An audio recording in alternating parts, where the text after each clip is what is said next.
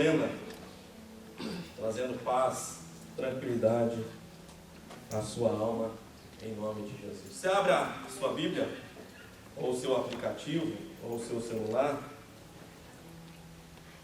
no livro de Provérbios. Provérbios, capítulo de número 12.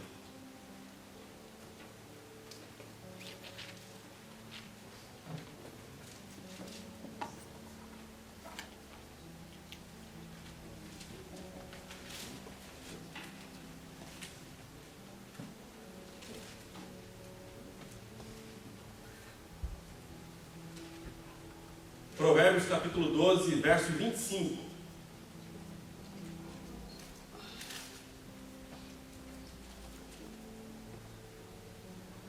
Quem achou, diga amém. Amém.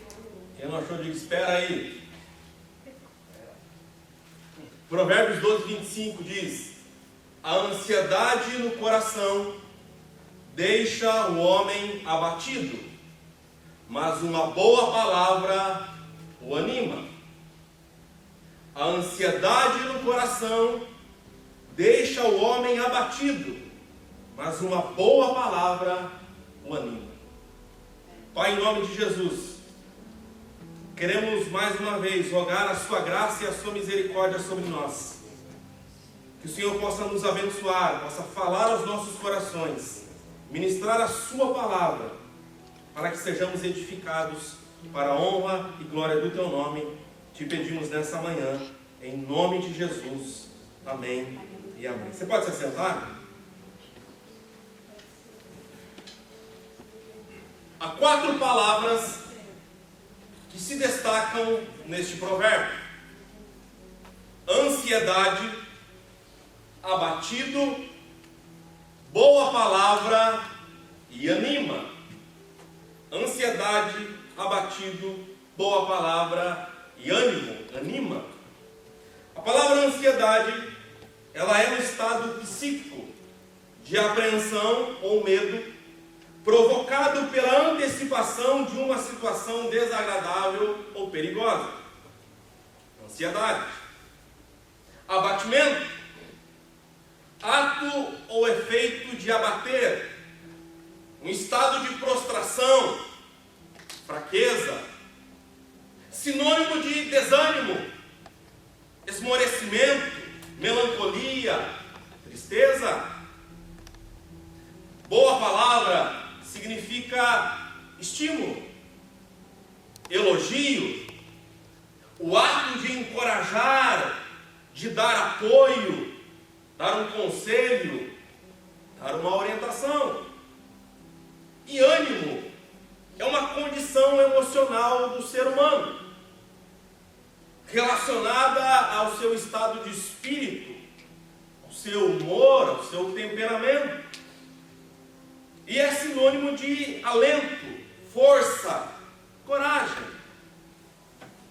Ao ler esse provérbio em outras traduções, é possível ter uma compreensão muito mais ampla a respeito do seu ensinamento. Por exemplo, a tradução da Bíblia Viva diz o seguinte: um coração ansioso deixa o homem frustrado e derrotado, mas uma palavra amiga de ânimo e simpatia renova as forças. A tradução da Bíblia A Mensagem vai dizer que a preocupação e a ansiedade deprimem, mas uma palavra de apoio traz ânimo. A tradução da linguagem de hoje vai dizer que as preocupações roubam a felicidade da gente, mas as palavras amáveis nos alegram. A tradução na Bíblia Pastoral diz que a angústia no coração deprime o homem, enquanto a boa palavra o reanima. A Bíblia, Nova Versão Transformadora, vai dizer que a preocupação deprime a pessoa, mas uma palavra de incentivo a anima. Então, irmãos, perceba que esse provérbio apresenta 2 lados. O primeiro faz referência a algo ruim. Porque ele fala sobre ansiedade, ele fala sobre preocupações, e ele diz que a ansiedade e as preocupações geram frustração, geram prostração, geram abatimento, angústias. E diz para nós que esses sentimentos nos deprimem e roubam a nossa alegria. Mas a segunda parte do provérbio fala de algo bom. Diz que uma boa palavra, uma palavra de incentivo, um elogio, palavras amáveis, palavras de afirmação, de apreciação, elas geram alegria, elas resultam em esperança, renovo, ânimo. Essas palavras, elas conseguem nos colocar de pé. Então, de um lado está a ansiedade, e com ela as suas consequências. E do outro está o encorajamento, a boa palavra e os seus resultados. Vamos começar a nossa reflexão analisando a primeira parte desse verso. A ansiedade no coração deixa o homem abatido. Ansiedade, o que é que a Bíblia Sagrada, o que é que a palavra de Deus tem a dizer sobre esse assunto? Por exemplo, no Salmo de número 13, verso 2, que é um salmo de lamentação e que é atribuído a Davi, é possível perceber Davi desabafando com Deus as suas angústias. E no verso 2 ele diz assim: até quando terei ansiedades e preocupações, tristeza no meu coração dia após dia? Se você for analisar os 2 primeiros versículos do Salmo 13, você vai perceber que por 4 vezes Davi exclama a Deus dizendo: até quando? Verso 1: até quando, Senhor, para sempre te esquecerás de mim? Até quando esconderás de mim o teu rosto? Verso 2: até quando terei ansiedades e preocupações, tristeza no meu coração dia após dia? Até quando o meu inimigo triunfará sobre mim? Irmãos, através desse salmo fica claro que em algum momento da sua vida o coração de Davi foi tomado pela ansiedade. Portanto, ansiedade é algo muito presente na vida do ser humano. Davi, na sua época, já enfrentava esse dilema. Um outro exemplo que a Bíblia Sagrada apresenta sobre o assunto, nós encontramos na carta que o apóstolo Paulo escreve aos Filipenses. Filipenses, no capítulo 4, verso 6, Paulo exorta aqueles irmãos dizendo assim: não andem ansiosos por coisa alguma, mas em tudo, pela oração e súplicas, e com ação de graças apresentem seus pedidos a Deus. Não se aflijam com nada, mas ao invés disso, orem a respeito de tudo, de todas as coisas. Contem a Deus as necessidades de vocês e não esqueçam de agradecer-lhe suas respostas. Paulo está dizendo: não perturbe o seu coração com ansiedades e preocupações, mas entregue a Deus em oração suas inquietações. Ou seja, Paulo está dizendo que um bom remédio para combater a ansiedade é a oração. E perceba que Paulo divide esse tópico de oração em 3 etapas. Aqui ele fala sobre adoração, súplica e ação de graças. A oração ele divide em adoração, súplica e ação de graças. Porque a palavra oração que está escrita aí, nesse versículo, ela traz o sentido de reverência. A palavra oração aponta para o ato de adorarmos ao Senhor. Então Paulo está dizendo, olha, ao invés de você ficar ansioso, ao invés de você ficar preocupado com alguma situação, volte-se para Deus em adoração. Aleluia. Engrandeça o seu nome. Glória a Deus. Enalteça seus atributos.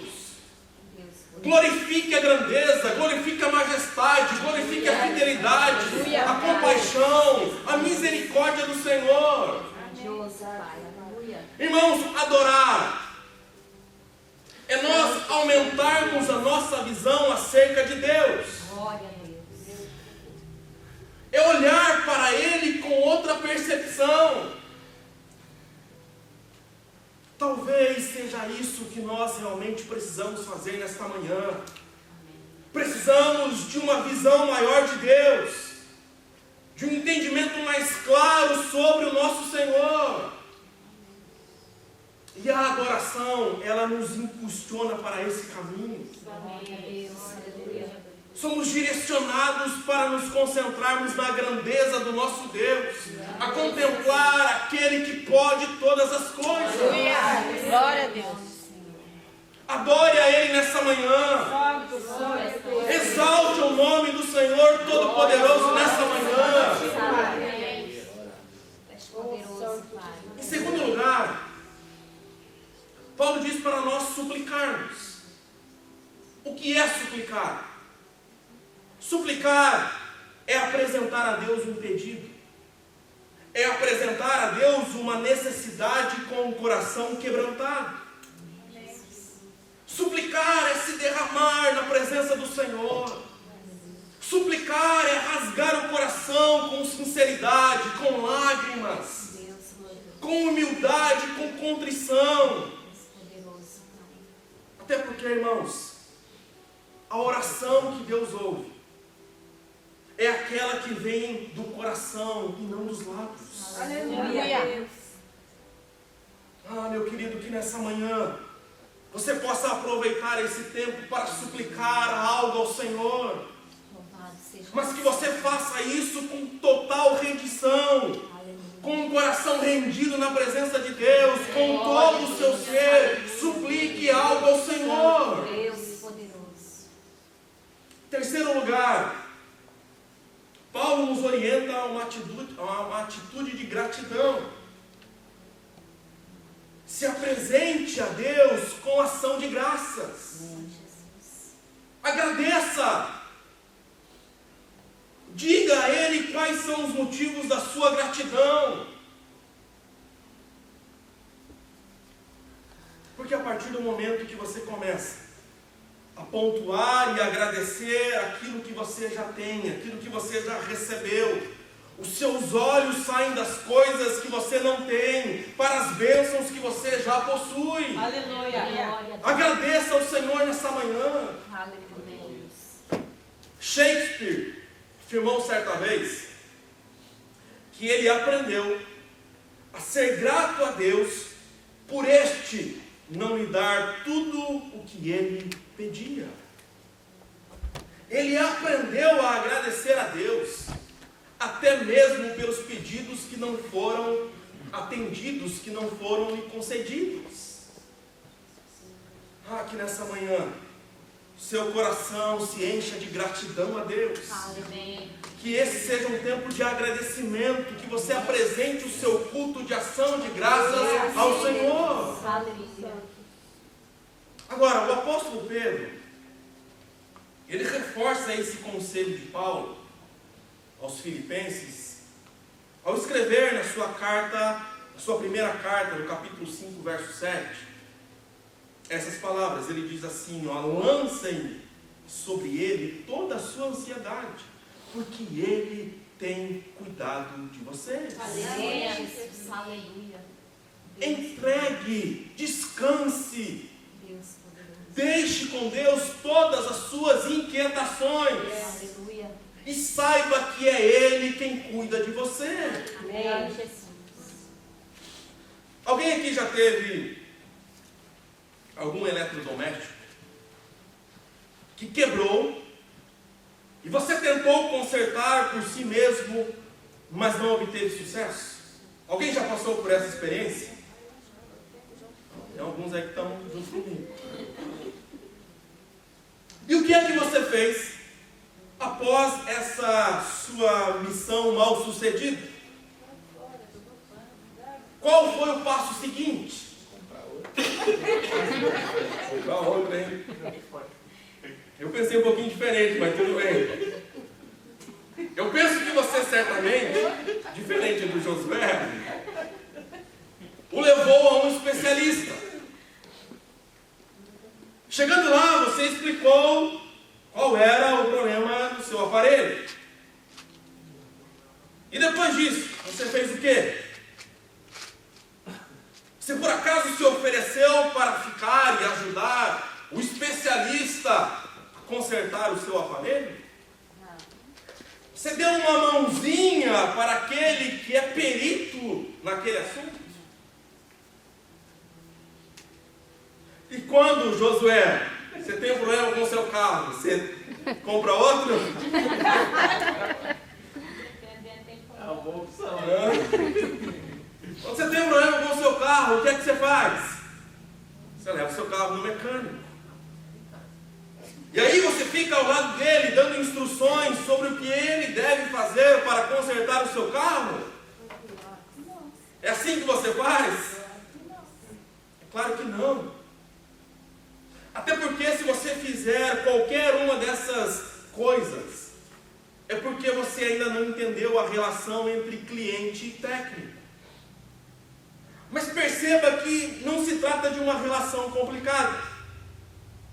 Você simplesmente deixa o seu aparelho, deixa o seu carro para um especialista consertar e você vai embora, na expectativa de que ele resolverá o seu problema. Mas com Deus nós não conseguimos fazer o mesmo. E olha que a Bíblia Sagrada, ela constantemente, ela lembra acerca disso. Lancem sobre ele as suas preocupações. Entreguem, apresentem a Deus suas ansiedades. Amém. Deixem nas mãos do Senhor suas inquietações. Irmãos, Deus, Ele é especialista em tudo. Aleluia. E Ele não precisa da sua ajuda. Amém, Jesus, é verdade. Ele não precisa dos seus conselhos. Deus Ele poderoso. não precisa da sua assistência. Deus majestoso. Porque Ele pode resolver qualquer problema, qualquer situação na sua vida a hora que Ele quiser. Amém.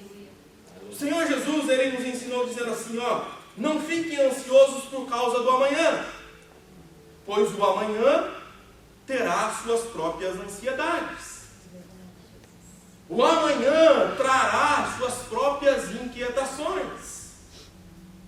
O que Jesus está dizendo é, não piore a situação, juntando as preocupações, juntando as ansiedades de hoje com as de amanhã.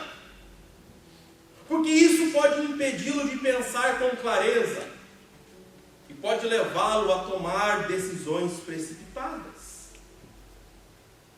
Lembre-se que muitas coisas, ou a maioria das coisas, nem sempre acontecem como nós imaginamos. E alguns especialistas no assunto dizem que 70% dos assuntos que nos deixam ansiosos nunca vão acontecer. Então não é plano do Senhor que os nossos dias sejam marcados por tensões, preocupações e ansiedades. Mas infelizmente a nossa realidade mostra um quadro completamente diferente. Porque a ansiedade é algo comum no nosso meio. O psiquiatra e escritor Augusto Cury, ele escreveu um livro intitulado Ansiedade, Como Enfrentar o Mal do Século. E ele diz que nós vivemos numa sociedade urgente, rápida e ansiosa. Nunca as pessoas tiveram uma mente tão agitada e estressada como nos dias atuais. Ele vai dizer que paciência e tolerância estão se tornando artigos de luxo. Porque raros são os que contemplam as flores nas praças. Raros são as pessoas que se sentam para dialogar nas suas varandas ou sacadas. Nós estamos na era da indústria, do entretenimento e, paradoxalmente, na era do tédio.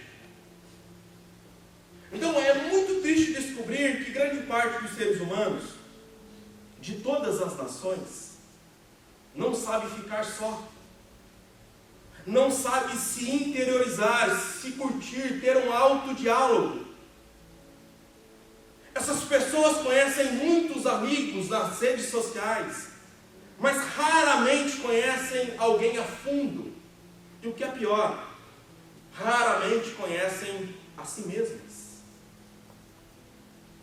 Ao ser perguntado por que as pessoas estão cada vez mais ansiosas, Augusto Cury respondeu dizendo assim, que a ansiedade é o fruto do excesso de informações não elaboradas, compromissos, pressões e o uso de computadores.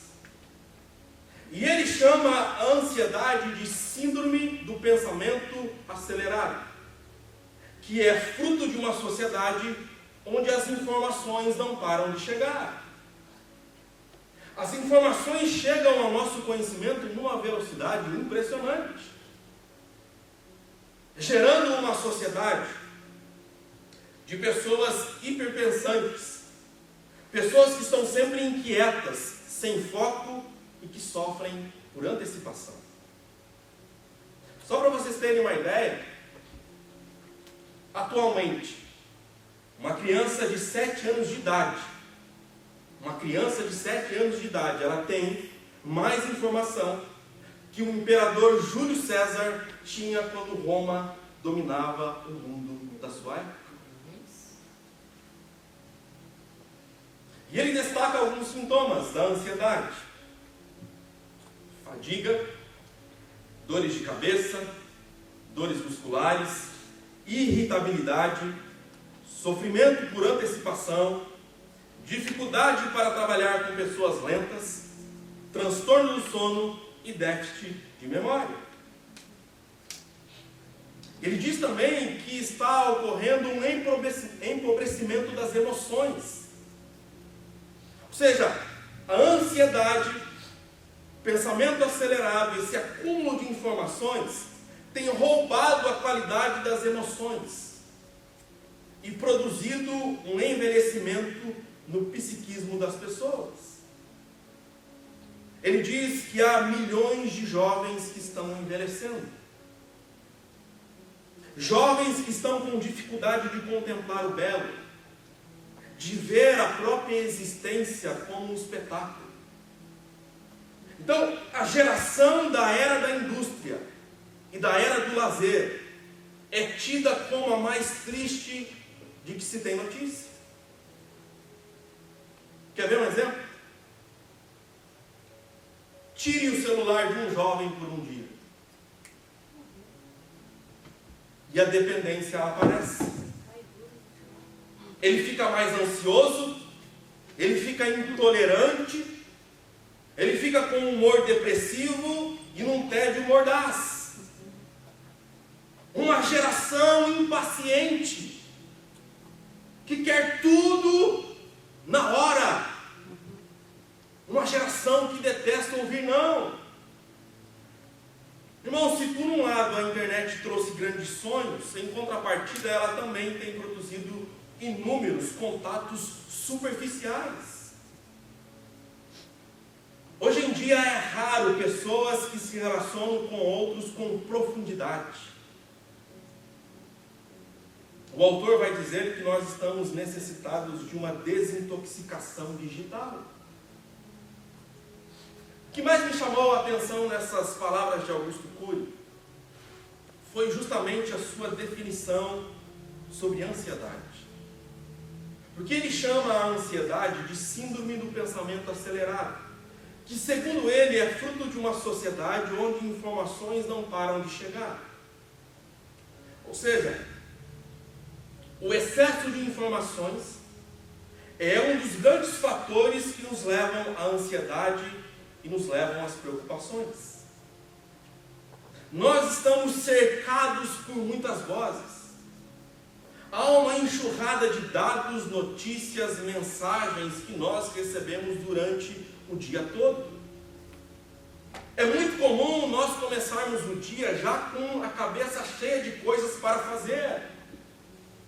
Tarefas, lembretes, agenda, horários a cumprir. Nós já começamos o dia com a mesa cheia e a cabeça a mil. E além disso tem a internet, o celular, as redes sociais, que intensificam essa tensão sobre um dia que está apenas começando. Irmãos, informação demais cansa. É muita coisa para uma cabeça só. É por isso que você precisa avaliar se tudo que você está consumindo é realmente importante para o seu desenvolvimento ou não.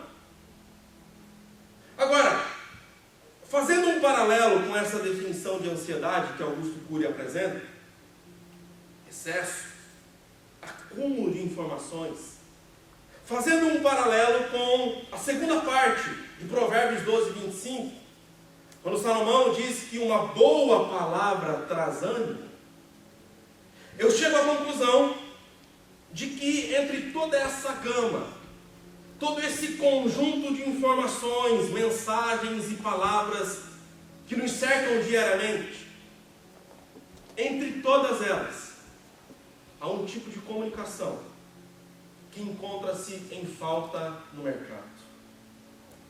No meio de tantas vozes, o que menos se ouve por aí são palavras de encorajamento, são palavras de apoio, são palavras de apreciação.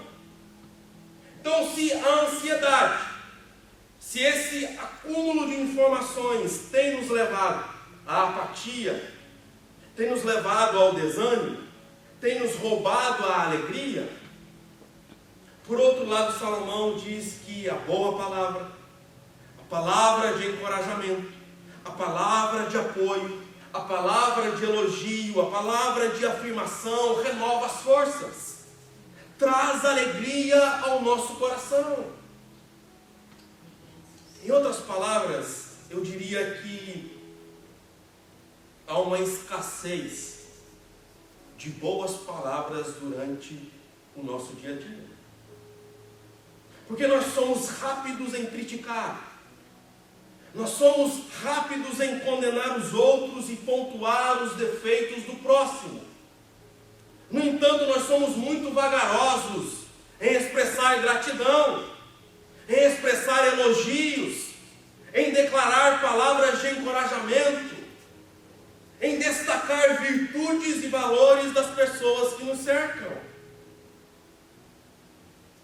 Provérbios 16, 24 diz que as palavras agradáveis são como um favo de mel, são doces para a alma e trazem cura para os ossos. Palavras amáveis são como favos de mel, delícias para a alma, energia para o corpo. Palavras bondosas são doces para a alma e são saudáveis para o corpo. Irmãos, uma boa palavra, uma palavra oportuna, uma palavra de incentivo faz bem para a alma e para o corpo. Uma palavra de apreciação pode trazer cura, restauração e alegria. Assim como um favo de mel renova as forças e dá brilho aos olhos, Palavras de encorajamento levantam os abatidos, ou os tristes, e tonificam a alma daqueles que estão angustiados. Deus poderoso, só o Senhor tem poder. Irmãos, nossas almas precisam ouvir expressões como: eu admiro você. Você é importante na minha vida. Eu te perdoo.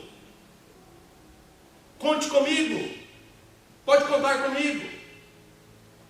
Como a sua amizade é preciosa para mim.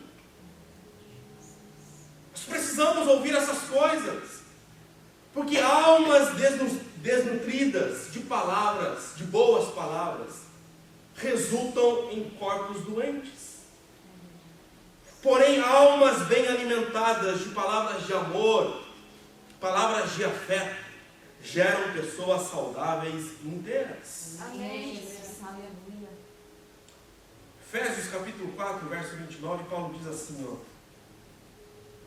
não digam palavras que fazem mal aos outros, mas usem apenas palavras boas, que ajudam os outros a crescer na fé e a conseguir o que necessitam, para que as coisas que vocês dizem façam bem aos que ouvem. Transmita palavras que possam levantar, que possam encorajar, que possam edificar os outros. Hebreus capítulo 10, versos 24 e 25. Considerando-nos uns aos outros, para incentivar-nos ao amor e às boas obras. Não deixemos de reunir-nos como igreja, segundo o costume de alguns, mas encorajemo-nos uns aos outros, ainda mais quando vocês veem que se aproxima o dia. À medida em que temos a percepção de que o mundo está caminhando para o fim, maior deve ser a nossa postura de encorajar, de apoiar uns aos outros, a fim de que nenhum de nós fique no meio do caminho, mas que venhamos alcançar a linha de chegada. Irmãos, imagine a diferença que faria se todos lá na sua casa encorajassem uns aos outros. Imagine uma empresa onde todos encorajam uns aos outros. Imagina como seria uma igreja se todos os irmãos começassem a encorajar, a apoiar uns aos outros. Se nós soubéssemos que ao nosso lado há um grupo de pessoas que está constantemente torcendo pelo nosso sucesso, irmão, certamente a corrida da fé seria muito mais fácil para todos nós. Se nós tivéssemos um discernimento para compreender que uma boa palavra pode fazer toda a diferença entre desistir e prosseguir. Se nós tivéssemos consciência do poder que há em uma boa palavra que é semeada num coração triste e abatido. Quanta diferença uma boa palavra pode fazer na vida de alguém. Eu concluo essa reflexão com um questionamento a todos nós. A minha pergunta é: o quanto eu e você temos sido portadores de boas palavras?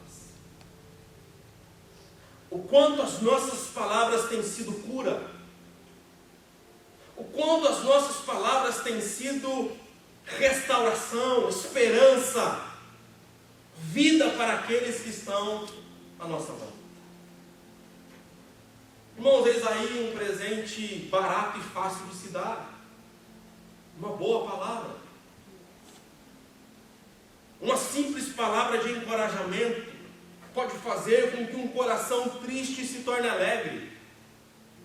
Com as suas palavras você pode alegrar um coração carregado, abatido. Mas a questão é saber como anda a sua sensibilidade identificar tais corações. Porque na maioria das vezes nós estamos tão preocupados com as nossas próprias vidas, que nem percebemos o coração pesado daqueles que estão à nossa volta. E somente as pessoas que nos amam de verdade, elas são capazes de, através de suas palavras e até mesmo da sua presença, são capazes de nos animar, ou de pelo menos de não permitir que desistamos das lutas que nos são propostas no dia a dia. Quem já passou por alguma situação que lhe causou ansiedade e teve pessoas sábias, sensatas, sinceras ao seu lado, sabe o quão é significativo ser fortalecido, ser renovado por boas palavras.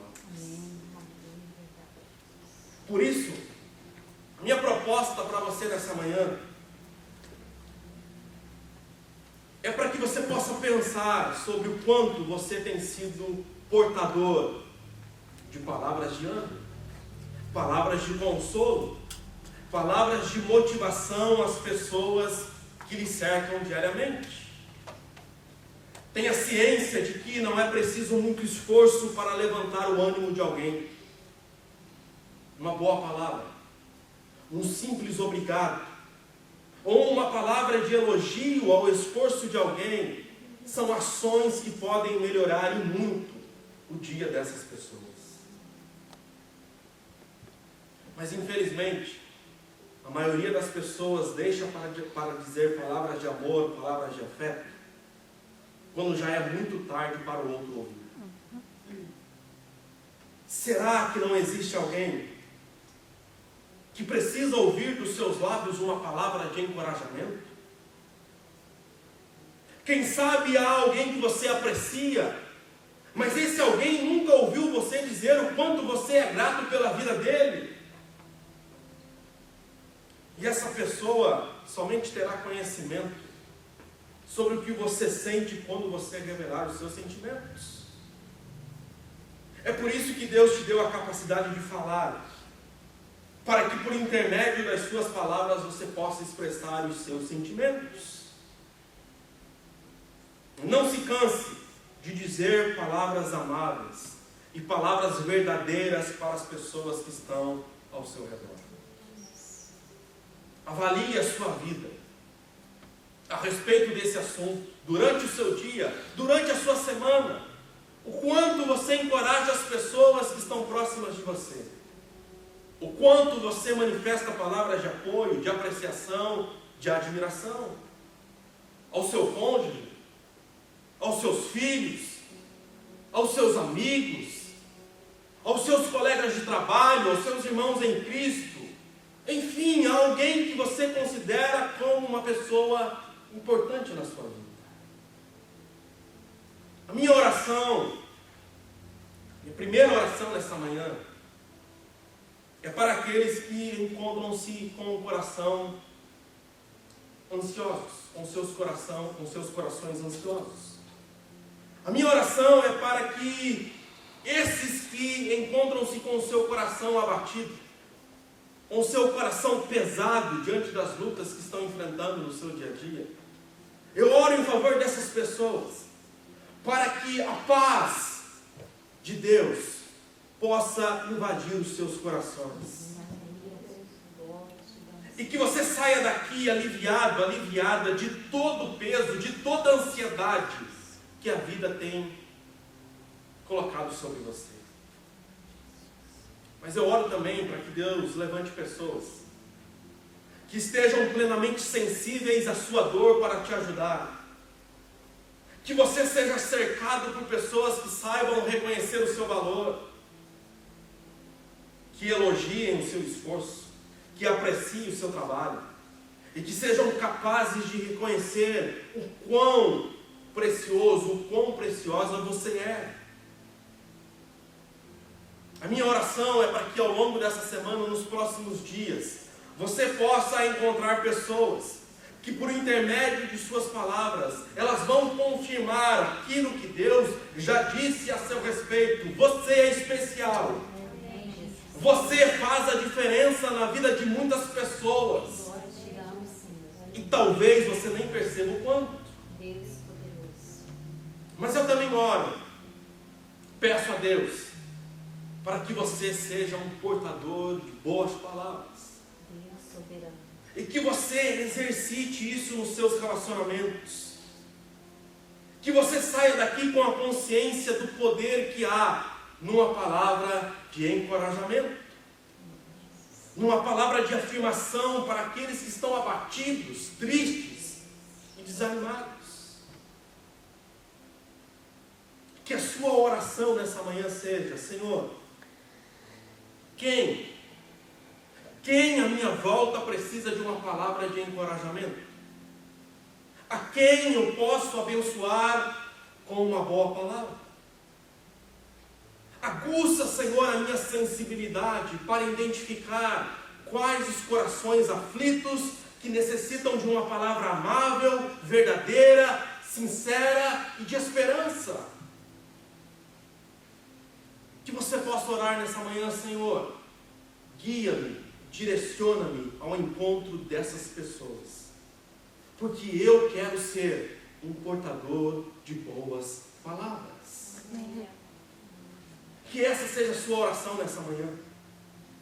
Deus, usa a minha vida para que eu possa transmitir àqueles que estão entristecidos, abatidos, uma boa palavra e possa ser um agente de bênçãos na vida dessas pessoas.